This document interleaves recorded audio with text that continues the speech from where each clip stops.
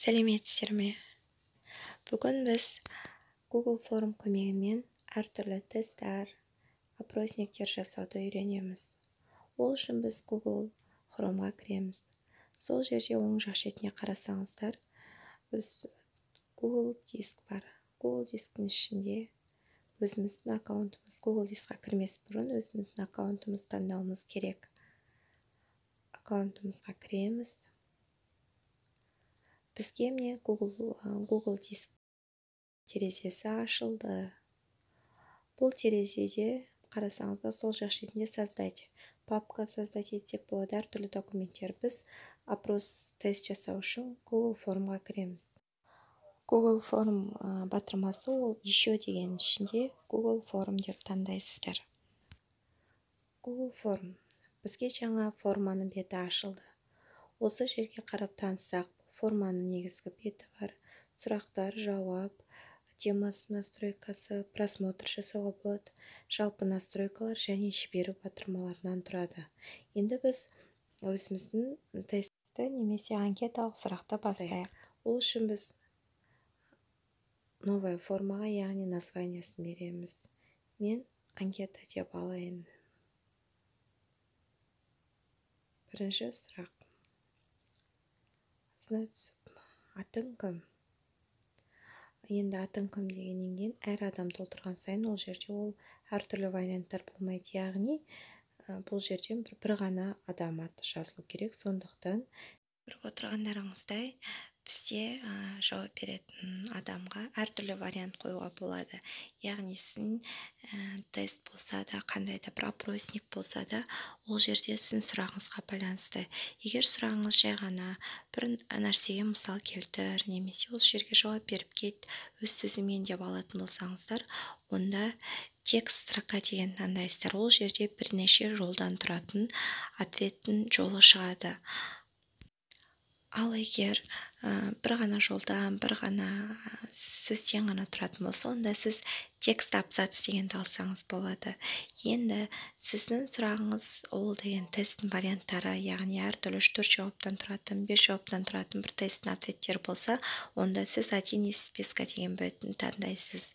Мен бұл жерді вариантты таңдау емес, адам өзінің атын қолмен жазатындай таңдаймын. Ол үшін міне текст абзац деген таңдаймын. Обязательный вопрос. Бұл бізде обязательный вопрос, себебі бұны біз таңдап қойсақ, адамдар сол нені жолды тастап өзінің атын жазбай кете алмайды. Міндетті түрде сол жолды толтыр. Бұл негізгі сұрақ деп шығып тұрады.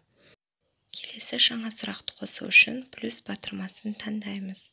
Бізге жаңа сұрақтың беті ашылады. Келесі сұрақты қояйық. Ол жерге кез келген сұрақ қойсақ болады. Өзіміздің пәнімізге қатысты, әртүрлі бір тақырыпқа қатысты. Енді бұл анкеталық сұрақ болғаннан кейін, жай мені қаншалықты танисың деп сұрақ қояйын. Енді ол адам сөзбен жазса да болады, бірақ мен сіздерге тест ретінде болған кезде қалай болады, сол үшін варианттарды таңдайтын түрін көрсетемін.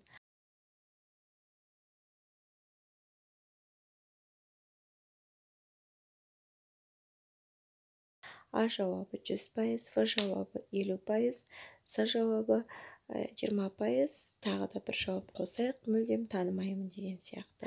Әртүрлі варианттар болғандықтан один из списка дегенді таңдаймыз, яғни осы жерде список тұрғандардың біреуі дұрыс деген сөз.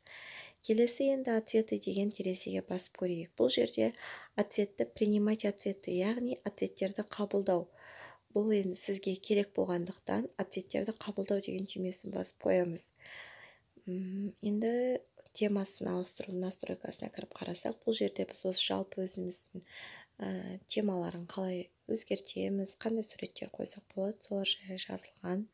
Біз ол жерге суреттер қоя аламыз, немесе сол жерге готовый фонның түстерін таңдап, өзіміздің қаламызша формамыздың бетін өңдей аламыз.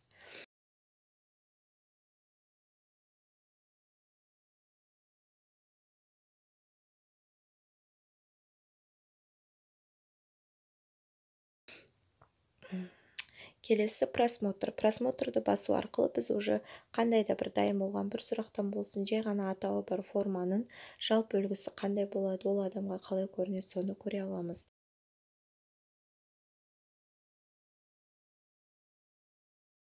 Енді настройка бөліміне кірейік. Настройка бөлімінде біз общий дегенде жауаптарды өзіміздің email почтамызға қабылдасақ болады, яғни олардың сол email почтасы арқылы қабылдау. Келесі презентация деген бөлімде, яғни біздің осы формамыз аяқталған кезінде ең соңында жауабыңызға рахмет деген сияқты сөздер жазып қойсақ болады. Ең үшінші не тесты, яғни егер біз тест деген батырмасына басып қоятын болсақ, онда біздің жауаптарымызға балл беріп есептелінеді. Яғни тест деп сохранить ететін болсақ, соңындағы біздің берген сұрақтарымыздың соңында ответы деген бір белгі пайда болады.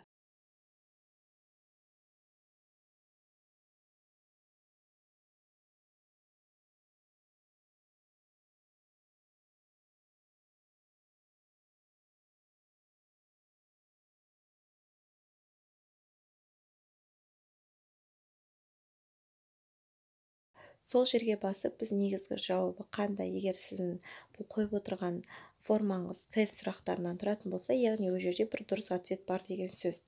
Ответті дейміз да, біз дұрыс ответті қайсы, сол ответті белгілеп қоямыз. Және ол ответті біз неше балдық жүйемен аламыз. Бір дұрыс жауап берсе 1 балл бола ма, 2 балл бола ма, оны біз мына жерде тұрған шкала арқылы көрсете аламыз. Енді біз тест деп сақтап қояйық.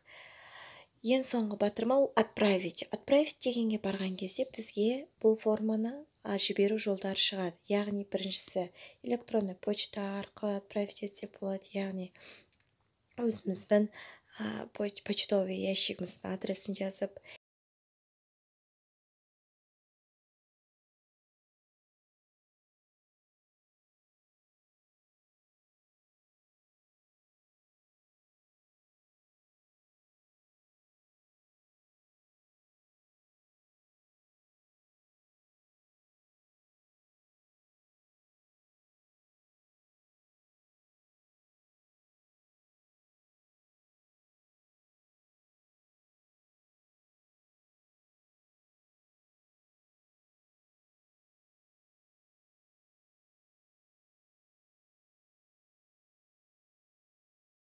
ссылка арқылы алған кезде бізге міне ссылканың ұзақ адресі шығады.